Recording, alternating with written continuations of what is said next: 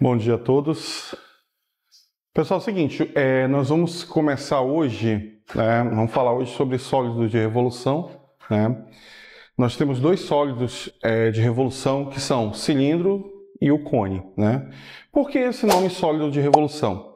Porque são estruturas que são obtidas a partir da rotação de uma superfície plana.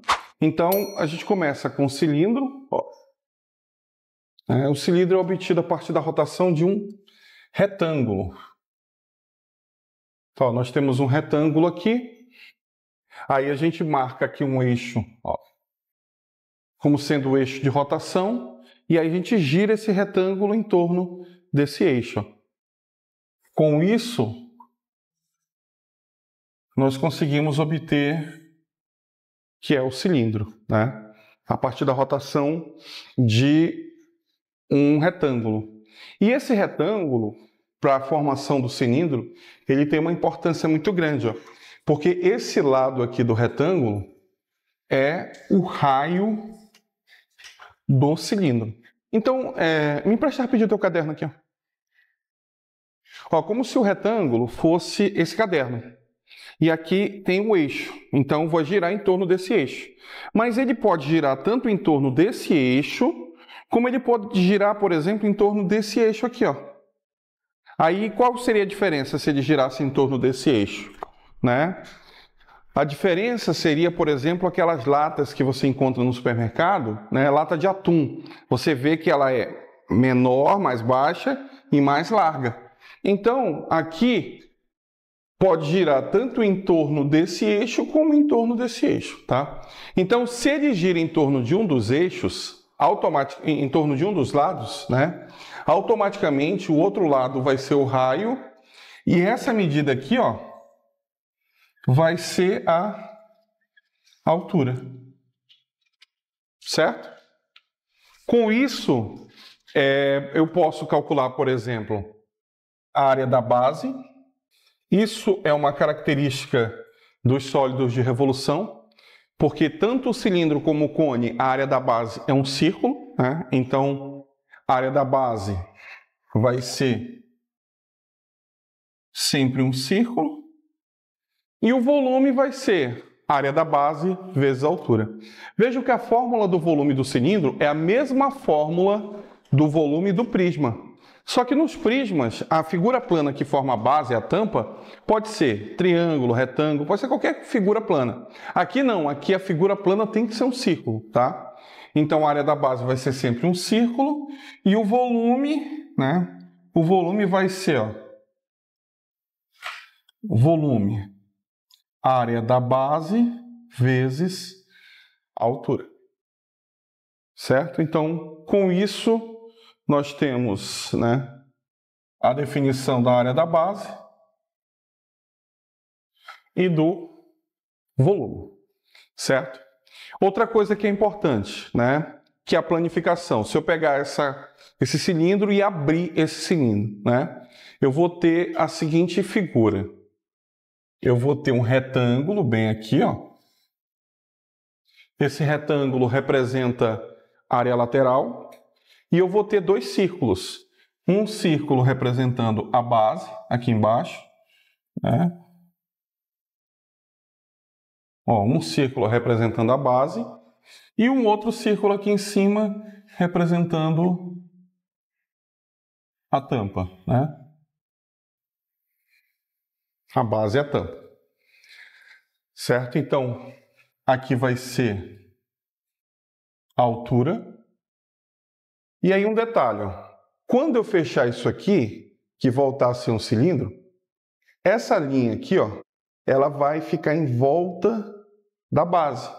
Então, esse comprimento aqui, é exatamente o comprimento da circunferência. Ou seja, quando ele fizer a volta aqui, isso aqui é 2πr. Aí talvez uma coisa que nos interesse aqui seriam essas áreas. A área da base, a área da tampa, mas a gente já escreveu aqui, né? A área da base e a área da tampa são idênticas. E a área lateral, Então, a área lateral vai ser 2πrh. Tá? Então, isso aqui vai ser a nossa área lateral. Isso aqui é a planificação. Então, isso aqui é a planificação, certo? Beleza. Agora, nós temos vários tipos de cilindros, né? Mas nós temos interesse aqui em um tipo em especial. Cilindro equilátero, tá? O que seria um cilindro equilátero? Seria um cilindro onde essa distância da base aqui, ó, que é o diâmetro, é exatamente igual à altura. Tá? Então, seria uma estrutura assim, ó. Ó, isso aqui vai ser o diâmetro, certo? E a altura dele também vai ser isso aqui, ó. Então, vai formar aqui nessa figura aqui, forma um quadrado.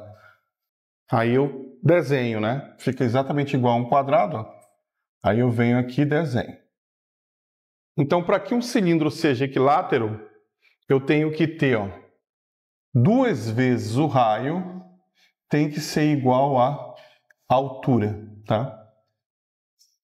2 vezes o raio tem que ser igual à altura. Aí você pode perguntar por que é importante, né, a gente trabalhar com cilindros equiláteros.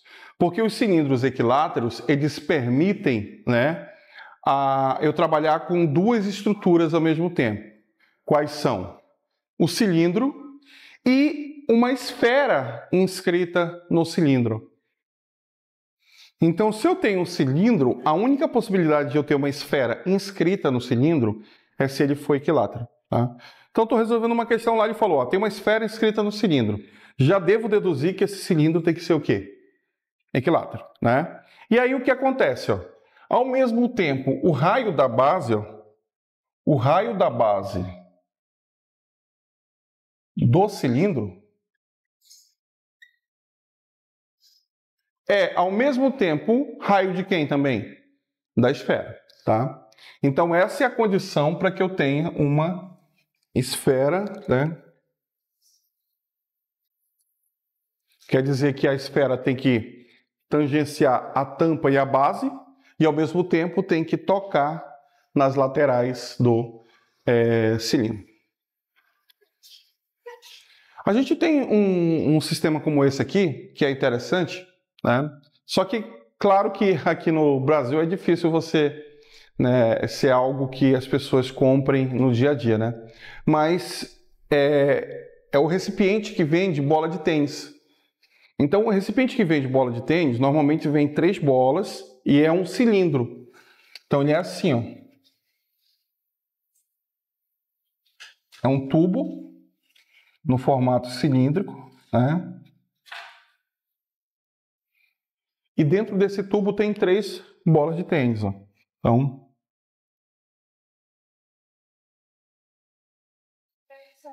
sim.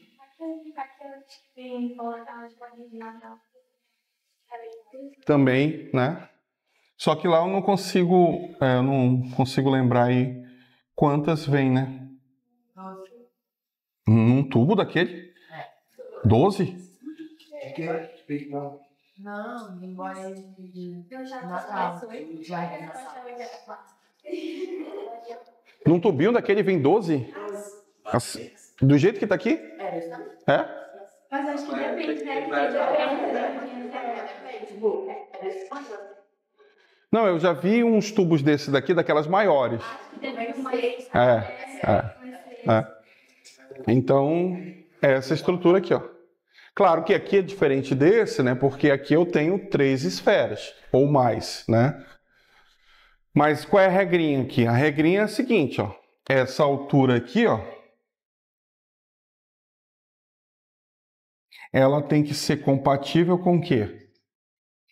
Se eu tenho 3 esferas ali, eu tenho que ter quantas vezes o raio aqui? 6, né? Então, 2, 4, 6, ó. Então,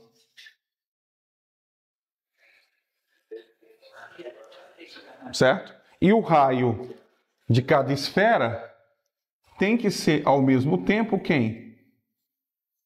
O raio da base. Senão eu não consigo colocar elas dentro desse tubo aí. Né? Ok? Então, de cilindros, teoria é isso, né?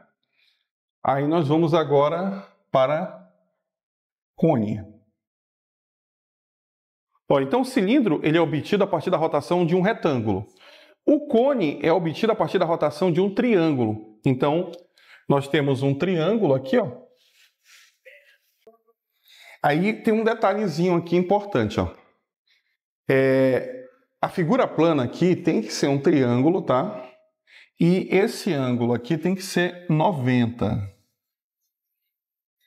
Para que eu tenha um cilindro, certo? Mas eu posso formar uma figura plana com um triângulo que não seja um ângulo de 90 aqui. Daqui a pouco eu vou mostrar, né? Então, primeiro, para formar o cone, eu tenho que ter o triângulo aqui retângulo. Tem que ser um triângulo retângulo, né? E eu vou girar em torno desse eixo, ó. Então, na hora que eu girar em torno desse eixo, né, essa estrutura, né, que é popularmente conhecida como chapeuzinho de festa, né? Então, todo mundo já teve contato com o cone, né? Que é o chapeuzinho de festa. Por exemplo, tem algumas taças, né? Que também tem esse formato. Né? Você pensa no cone de cabeça para baixo, né? Mas aí essas taças, aí tem uma regra lá das taças. Esse formato aqui de taça é para beber um certo tipo de vinho, eu acho, né? Aí tem umas regrinhas lá, né? De etiquetas, né? De bebidas, né?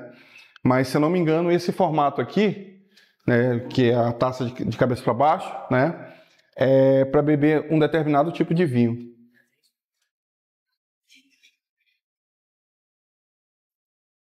Ok? Então, assim como o cilindro, a base também é um círculo. A base também é um círculo, né? Então, quer dizer que a área da base vai ser πr ao quadrado. Ok? Porém, agora nós temos um detalhe aqui, ó. Qual é o detalhe? Bem aqui está o raio, né? Bem aqui está a altura, ó. Por isso que é importante que seja um triângulo retângulo, tá? Por isso que é importante que seja um triângulo retângulo, ó. O raio, a altura, o raio e a altura são os catetos. E aí eu passo a ter essa medida aqui, ó, que é a hipotenusa, que é o que a gente chama de G, né? Onde esse G é a geratriz do cônio. Qual é a relação que existe entre a geratriz, o raio e a altura? A geratriz é a hipotenusa, então geratriz ao quadrado, raio ao quadrado, mais altura ao quadrado. Tá?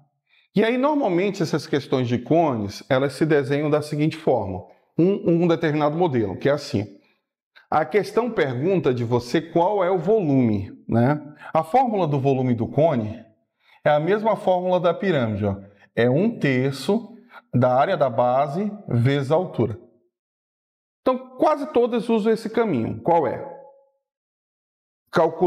Pede para calcular o volume, né?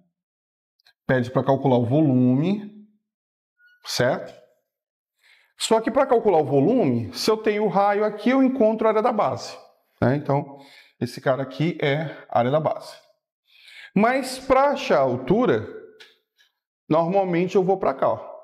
Porque eu tenho o raio, possivelmente ele vai dar a geratriz, aí eu venho, acho a altura, acho o volume, né? Então, as questões mais tradicionais de cones utilizam essa linha de raciocínio, né? Então, nós temos aqui o volume, ó.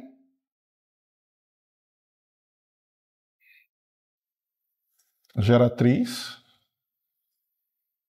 e área da base, né? Agora, no caso do cilindro, é bem mais fácil, porque quando você faz a planificação, ó, fica bem certinho. ficam 2 círculos e um retângulo. Mas no caso do cone, na planificação, não fica certo. Ó. Olha como é que vai ficar a planificação do cone. Ó, a planificação do cone fica assim. Essa medida aqui e aqui, ó, é a geratriz. Esse aqui a gente chama de ângulo de abertura, θ, tá? Então, θ, ângulo de abertura.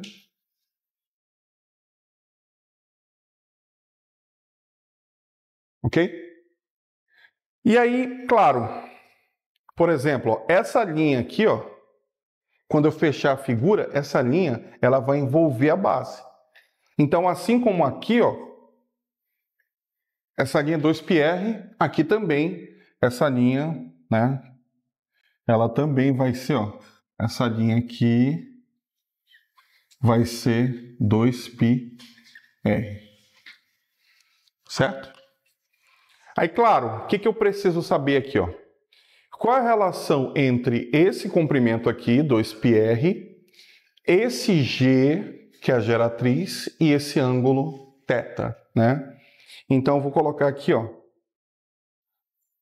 relações, tá?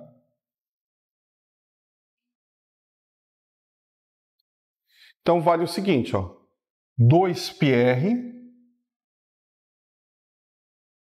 é igual a θ vezes G. Tá? Lembrando que esse θ, nesse caso, tem que ser em radiano.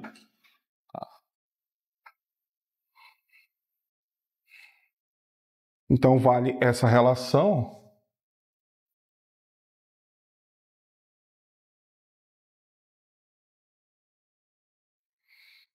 Aí você já começa a maquinar o mal, né? O que significa maquinar o mal? Por exemplo, eu dou o raio do cone, aí eu acho a área da base, né? Se eu der esse ângulo aqui, ó, eu posso vir aqui e achar a geratriz. Tendo o raio e a geratriz, eu posso achar quem? A altura e posso achar o volume. Então, esse aí também é um caminho aí que as bancas na construção utilizam bastante.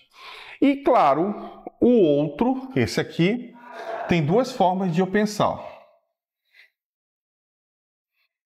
Eu sempre digo que se você puder evitar decorar, é bom. Mas dependendo da demonstração que tem que ser feita, às vezes é melhor decorar. Por quê? Se a demonstração for muito complexa, na hora da prova, se eu precisar, eu posso me confundir ou ficar na dúvida. Então, nesse caso, eu acho melhor decorar, tá? Mas são um dos poucos casos que eu acho melhor decorar. Que é como calcular essa área aqui, ó. É π vezes R vezes G. πRG. A área lateral do cônio.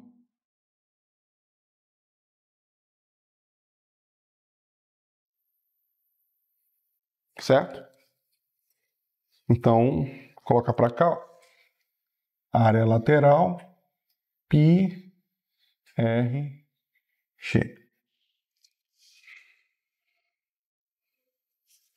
No caso, você Hã? essa área aí do Essa área aqui do...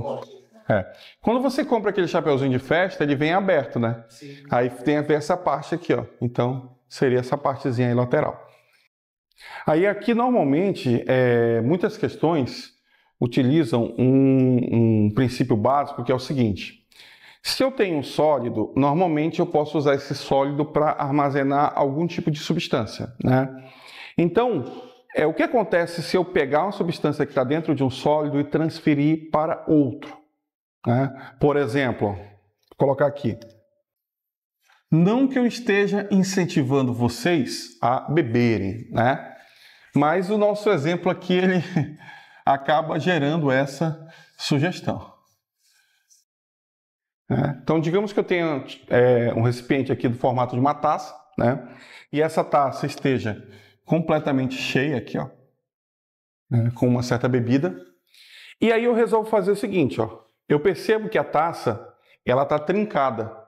Então eu preciso transferir essa bebida que está nesse recipiente aqui, ó, para um outro recipiente,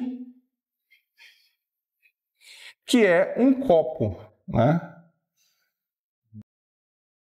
Certo?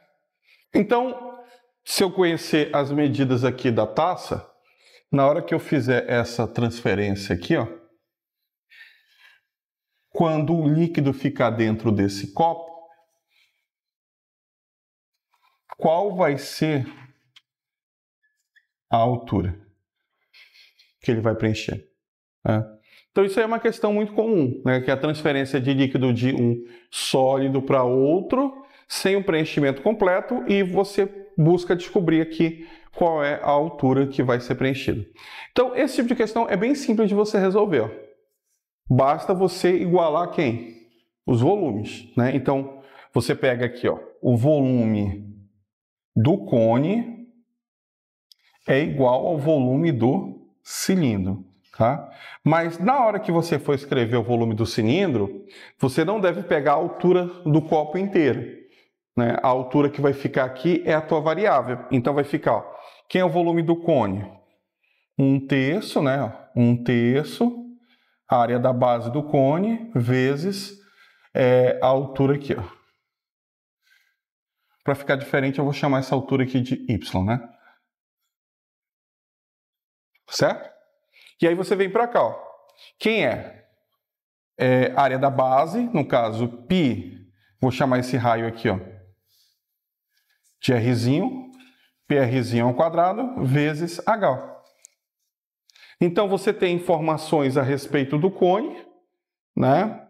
E aí você vai descobrir aqui a altura. Então tem uma questão do Enem, só que agora eu não consigo lembrar exatamente o ano, que trata dessa situação. Ela fala assim, que a pessoa está organizando uma festa, aí na hora que vai servir as bebidas, ela percebe que essas taças estão trincadas ou quebradas, e aí ela tem que usar outros copos nesse formato aqui. Só que lá na questão ele dá, acho que 4 modelos de copos. Aí ele pergunta qual seria o mais adequado para o nosso problema, tá?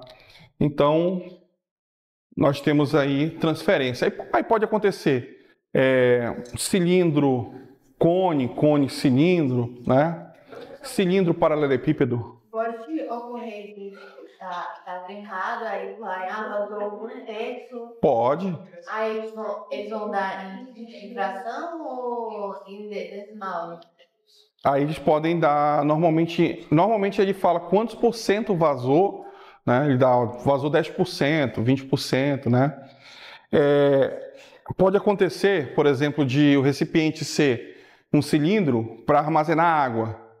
Aí, vocês estão acompanhando aí, né, que a seca aqui no Amazonas tem algumas cidades aí que já secou quase tudo, né? Então você tem um reservatório. Aí, devido a altas temperaturas, essa água acaba sofrendo evaporação. Aí ele fala assim, evaporou 5.000 litros de água. Aí ele pergunta qual vai ser o novo nível do reservatório, né? Geralmente tem muita regra de preço disso, né? Sim. Ó, então, na próxima aula, a gente vai fazer exercício agora. Na próxima aula a gente vai falar de troncos, tronco de pirâmide e tronco de cone, né? Aí vai fazer exercícios também. Aí fecha essa parte de geometria espacial, né? Vocês vão receber, talvez hoje ou então no máximo amanhã, a lista de exercícios que eu pedi para rodarem, né?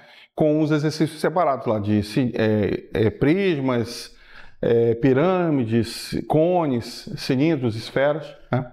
Agora eu acho que eu lembrei que está faltando a gente falar de esferas, né? Então na próxima a gente vai falar de esferas e os troncos de pirâmide e cone, tá? Então vamos pegar a apostila para a gente fazer algumas questões.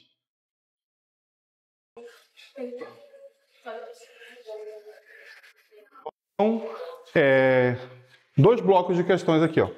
Página 218, ó, 7, 8 e 9. E página 220, 2, 3, 4, 7, 9 e 15, tá?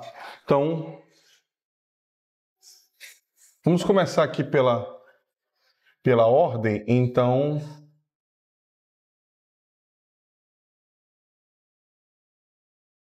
Página 218.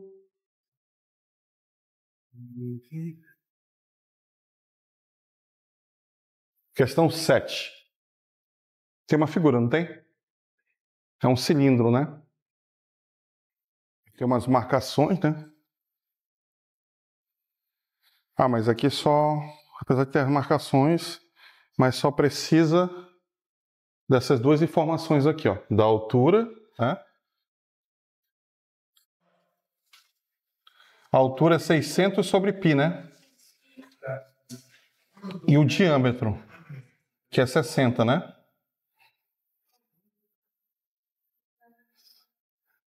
Beleza, então, tá aqui, possivelmente, ó, como ele colocou 600 sobre π aqui, ele não vai fornecer o valor de π e não vai aparecer na resposta o π, tá? Porque possivelmente vai cancelar. Quem pode fazer a leitura? Aí ele quer saber... Quantidade de combustível contida nesse tonel em litros. Então, ó, o cuidado aqui é o seguinte, está aqui a medida do tonel, eu vou calcular o volume. Ó. Quem é o volume? A área da base vezes a altura. Área da base, né? Área da base. E como o diâmetro é 60, então o raio é 30. 30 ao quadrado. Isso aqui vai dar 900π.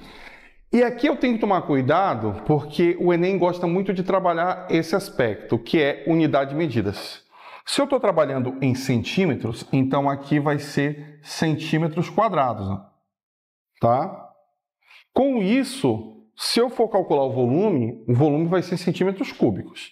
Então, volume, área da base, 900, ó, π, vezes 600 sobre π. Então, como eu tinha falado para vocês, né, vai cancelar aqui, ó. Então, o volume vai ser, ó, 6 vezes 9, 54. Então, 540.000 centímetros cúbicos. Mas esse é o volume total. E ele fala que o tonel só está com quanto? 30% da sua capacidade. Aí tem duas formas de você resolver. Ou você chega aqui e multiplica logo por 30%, né?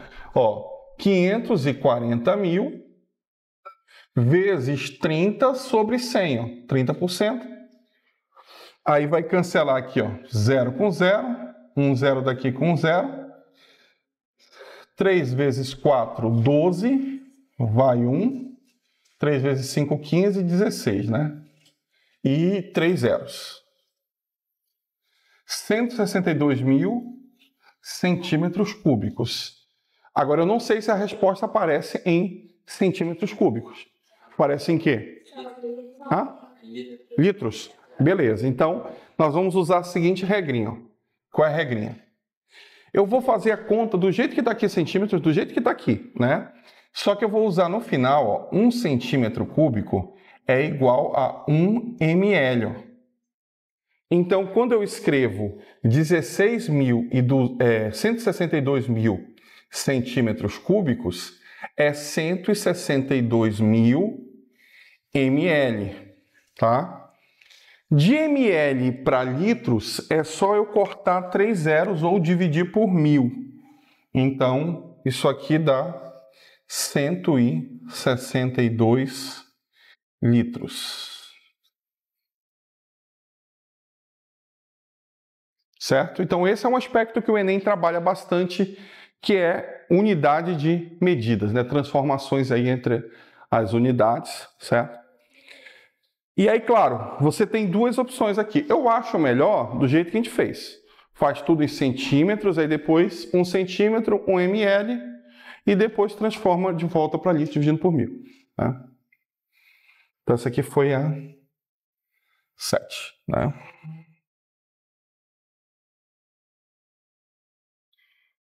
Vamos para a 8. Tem figura 8? Não?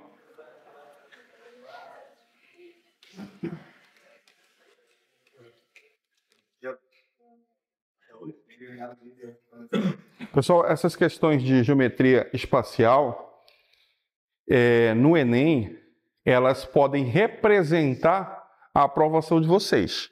Vou explicar por quê. Ó. No Enem, você vai ter as questões de matemática 45 divididas em 3 grupos. Fáceis, médias, difíceis. As questões fáceis, elas apresentam o TRI mais alto. Né? Então, você tem lá uma questão de porcentagem, vamos supor, a pessoa tinha R$2.000, aí emprestou para alguém, cobrou um juro de 15%, e quanto é que a pessoa pegou? Então, a questão simples de porcentagem é uma questão fácil, muitas pessoas vão acertar, então ela vai ter um TRI mais alto. Beleza. Então, qual é a estratégia que eu devo utilizar na prova? Eu tenho que, obrigatoriamente, acertar todas as fáceis, que são 15, e todas as médias, que são 15. Então, aí são 30 questões. E nas 15 difíceis, eu devo pegar e acertar algumas, algo em torno de 5, 6. E adivinha quem são as questões difíceis lá, consideradas difíceis com TRI baixo? Geometria espacial. Então, se você domina a geometria espacial e consegue resolver essas questões elas vão fazer a tua pontuação subir um pouco e com isso pode implicar na tua aprovação, né? Por exemplo, a UFAM, ela usa a nota do SISU, né? E ainda temos a famosa bonificação, né? O que se tornou mais atrativo do que a UEA, que deu uma reduzida nas cotas, né? E agora, então, parece mais fácil entrar na UFAM ou até mesmo na Federal do Pará. Porque a Federal do Pará, ela usa a nota do Enem. Né? Então, o que acontece? Você vai lá, depois que sair o resultado na plataforma do SISU, você vai ter essas notas. Só que na Federal do Pará, você não escolhe ela lá na plataforma do SISU. Ela tem um próprio sistema, que você cadastra no sistema e, se não estou enganado, é uma bonificação de 15% na Federal do Pará. Então, muitas pessoas não têm essa informação, porque aqui o pessoal fica muito nas seguintes universidades. UEA, UFAM, Federal de Roraima. Né? E aí esse ano teve uma coincidência que a prova do PSC 3, da UFAM, vai ser no mesmo dia da Federal de Roraima. Então, quem tiver no terceiro ano vai ter que fazer uma escolha. Se não foi muito bem no PSC 1 e 2, né, pode ser que a pessoa escolha fazer a Federal de Roraima. Mas se a pessoa foi bem, aí ela nem vai fazer a prova da Federal de Roraima, né? Vamos lá? 8. Não tem figura, né? Quem pode ler? Posso ler? Vai. Um recipiente cilíndrico possui o raio da base medido em 4 centímetros. E a altura medindo em centímetros. Um segundo recipiente tem a forma de um cone. E as medidas do raio de sua base e de sua altura são iguais às respectivas medidas do recipiente cilíndrico. Então esse é o cilindro, aí o cone, ele tem as mesmas medidas, né? Vamos lá, então. Pode continuar. Qual é a razão entre o volume do recipiente cilíndrico e o volume do recipiente cônico? Essa é fácil. Vou explicar por quê. Vamos olhar aqui nas fórmulas. Olha a fórmula do volume do cilindro. Área da base vezes a altura. Olha a fórmula do volume do cone. 1/3 da área da base vezes a altura. Então, se eu pegar como modelo, por exemplo, pego um cilindro,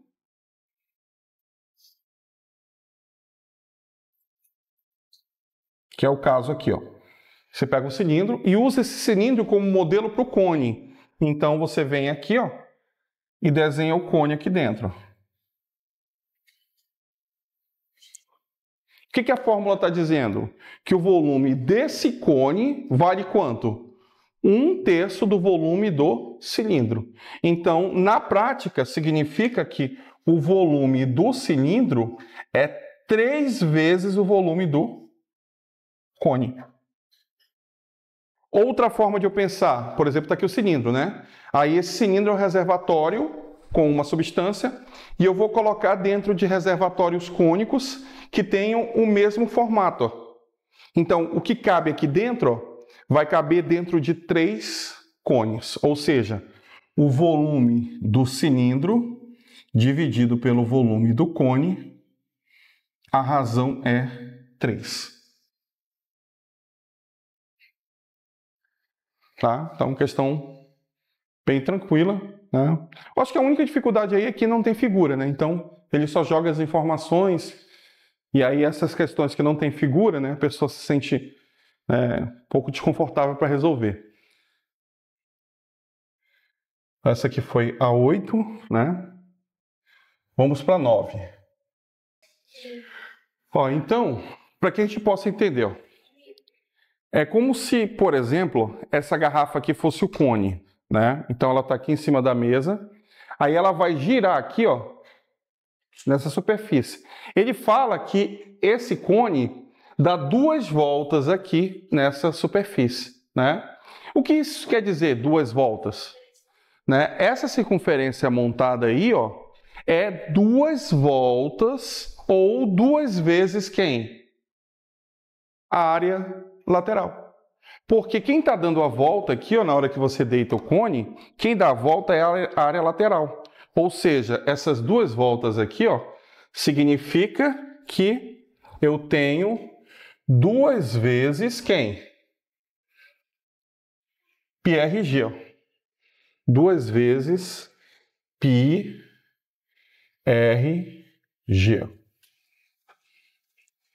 Isso, 2 voltas. Certo? Aí qual é a outra informação que nós temos? Temos o raio, né? Então, vamos analisar aqui, ó. Eu tenho o raio, certo? 6 centímetros. Eu sei que são 2 voltas, né? Em torno da minha superfície, né? Aí eu vou olhar para cá, ó.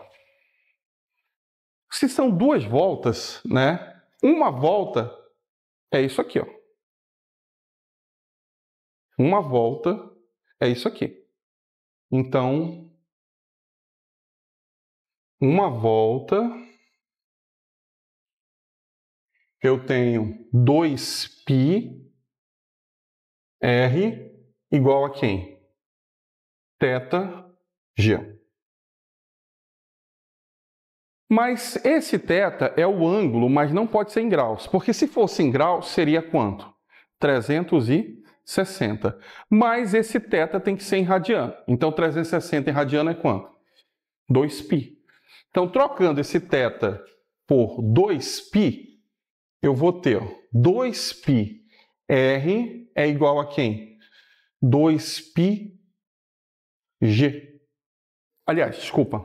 Ó, voltando aqui, ó. São 2 voltas, né? São 2 voltas. Então, na verdade, aqui, ó, é 2 vezes 2πrg, tá? São 2 voltas. Então, na verdade, aqui vai ser 4, ó. 4πrg. Aí, o que eu posso cancelar aqui, ó? O π. Posso passar esse 2 dividindo, ó.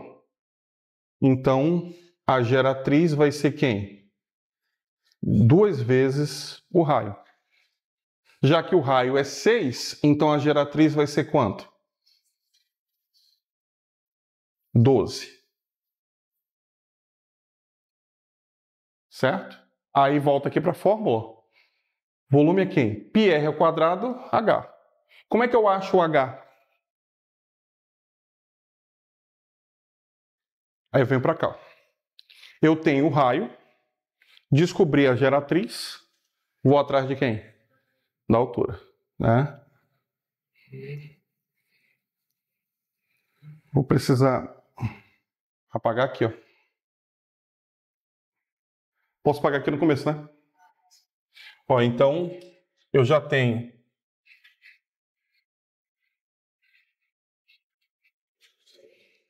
Professor, nesse caso não, é geral, todo cone ele tá bom, vai ser de tamanho. sim, esses cones de revolução todos são dessa forma, né? Aí nós temos o G, né? Vou colocar aqui na fórmula. G ao quadrado é igual a quem? É R ao quadrado mais H ao quadrado. Então, 12 ao quadrado, 6 ao quadrado, mais h ao quadrado. 12 ao quadrado é 144, né? Então, vai ficar 144, aqui vai ficar 36, né? Ó, então, 144, 36, h ao quadrado. Então, h ao quadrado vai ser 144 menos 36, que dá 108. Aí, tirando a raiz quadrada de 108, ó, quanto é a raiz quadrada de 108?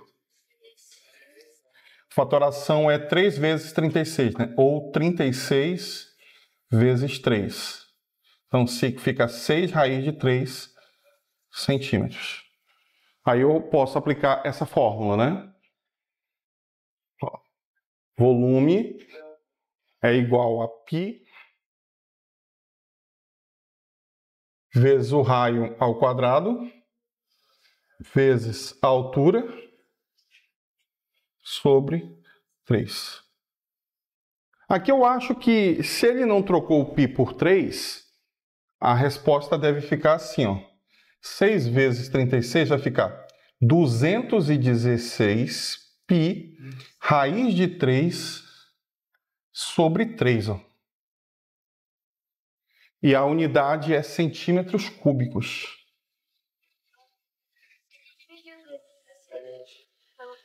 Ah, sim, realmente dá para dividir. Ficou quanto?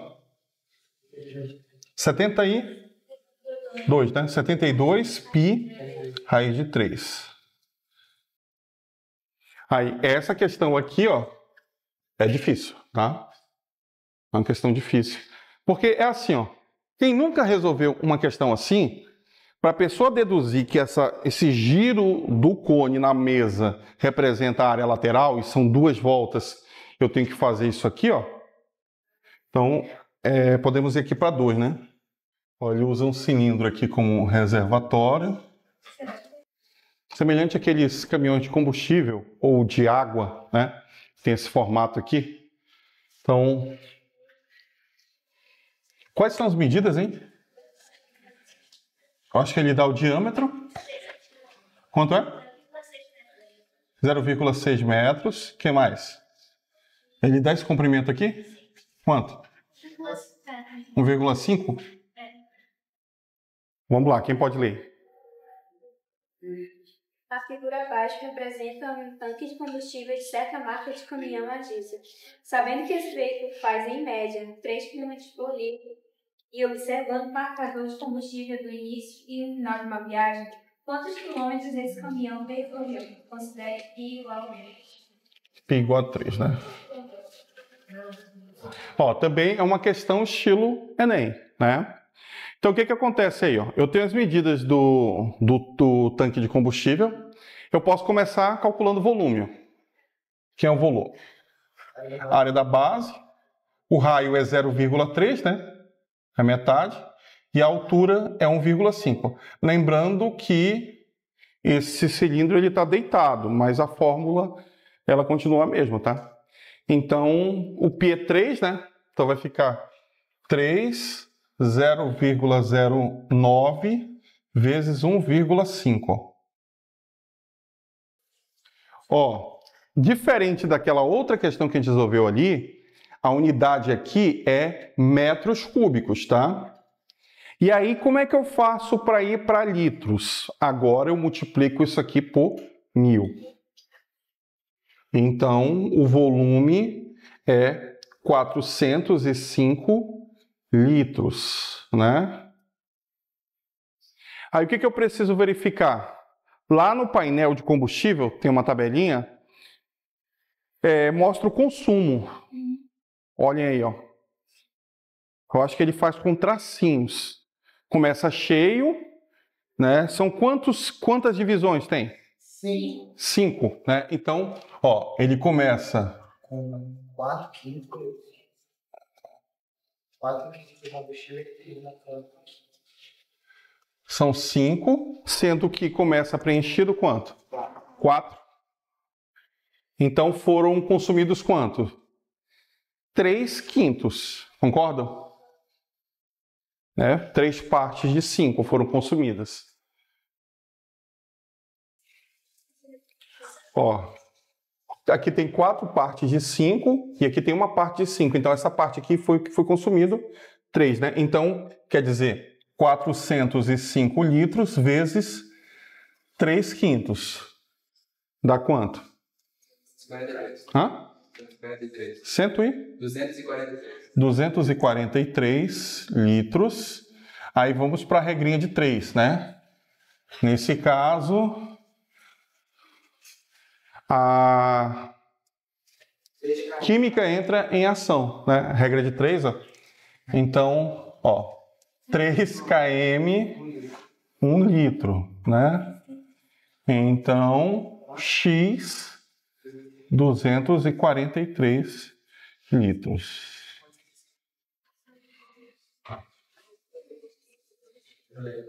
Quanto? 729 quilômetros, né? Qual a alternativa? D. Ó, essa questão...